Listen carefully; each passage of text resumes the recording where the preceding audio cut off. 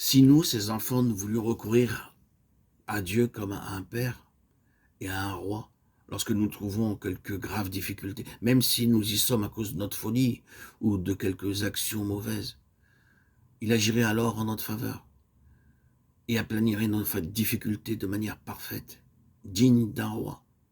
Déjà, Dieu a répondu à deux des objections que Moïse met en avant. Mais Moïse n'est pas encore satisfait. Il ne peut considérer sans trembler ce que Dieu demande de lui. Peut-être évoque-t-il en cet instant le souvenir désagréable de ces Hébreux que, certains jours, il essayait de délivrer par ses propres moyens et qui lui dirent qu'il t'a établi juge sur nous. L'adversaire veille à ce que nous n'oublions pas certains moments pénibles, critiques, et les ramène à notre cœur aux heures difficiles. Cet épisode de la vie d'autrefois avait fait une profonde blessure à Moïse qui était de nature sensitive, douce, mais aussi ardent, et l'ennemi le savait. Plus il en coûte de se porter au secours des autres, plus il est douloureux de voir ce secours rejeté.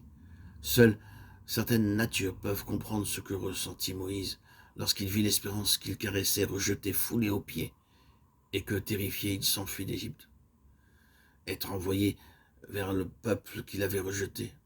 La pensée de l'Égyptien tué et honteusement caché dans le sable revient aussi sans doute dans l'esprit de Moïse en cette heure décisive. Certes, aux yeux de Dieu, ses motifs étaient purs, mais lui-même se reproche sa folie. Au soir de sa vie, l'apôtre Paul n'a pas oublié qu'il a persécuté l'Église de Dieu, qu'il a envoyé à la mort des innocents. Mais c'est Dieu qui justifie, qui condamnera. Christ est mort. Bien plus, il est ressuscité. Romains 8, 33, 34. Christ est mort, telle est la réponse de l'apôtre, lorsque le douloureux passé se dresse devant lui et vient l'assaillir. C'est aussi la réponse de ceux qui se sont mis au bénéfice du sang de l'agneau immolé. En songeant au passé, le cœur de Moïse défaille. Ils ne me croiront pas, dit-il. Ils diront, le Seigneur ne t'est pas apparu. Exode 4, 1. Autrefois, Moïse avait supposé que Dieu voulait délivrer les enfants d'Israël par son moyen et de son propre chef. Il avait agi. Quelle erreur avait été la sienne? Mais maintenant, Dieu l'envoie. Quelle différence? Et Dieu, dans une leçon de choses, lui montre que sa puissance accompagnera l'instrument choisi. Jette le bâton que tu as à la main. Et celui-ci devint un serpent. Saisi à nouveau sur l'ordre de Dieu, il redevint un bâton. C'était aussi là un cours préparatoire pour l'Égypte, où Moïse devait avoir affaire aux magiciens.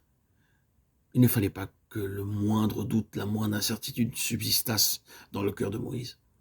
La foi est le chaînon qui relie le néant, l'impuissance de l'homme, à l'omnipotence de Dieu.